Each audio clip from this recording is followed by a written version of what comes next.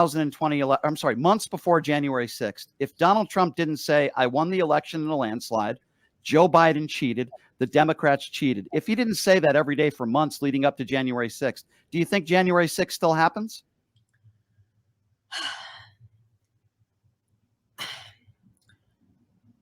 Well, I mean, you do know, I really believe that you must know this, that were people who were set up in that crowd in January 6th. There were people who were sent in to create mayhem. So let's assume that you're correct. Sorry to interrupt. Let's assume you're correct. Let's assume there were some people that were set up. By the way, over 1,000 people have already been convicted. But let's assume you're right for argument's sake. I'll ask again.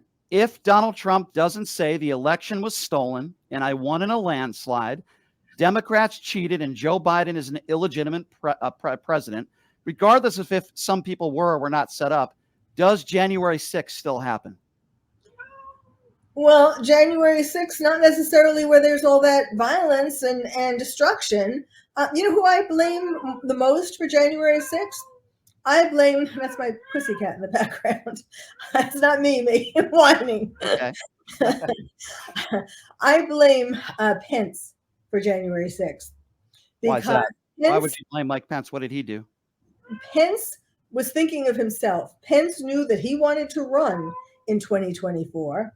And that's why he could have just simply said yes to those states that wanted to recount their election, recertify it and so on.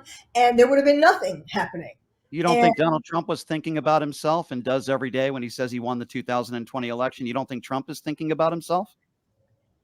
But Trump wasn't in the position on January 6th to be able to have those states have more time to certify their election. Understood, but Mike Pence didn't have the authority to overturn the election either. Surely you know that, right? Not to overturn it, but to give more time for these states to certify it.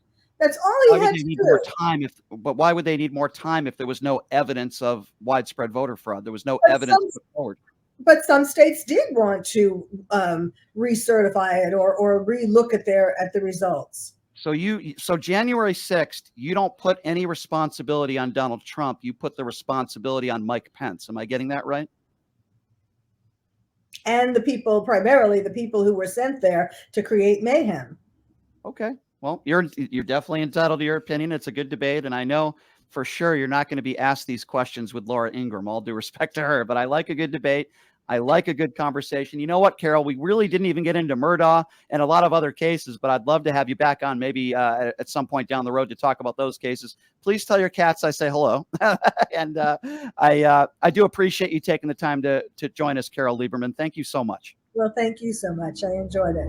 Appreciate that. All right. That's Carole Lieberman, everybody. Appreciate her coming on. Wow, Jim.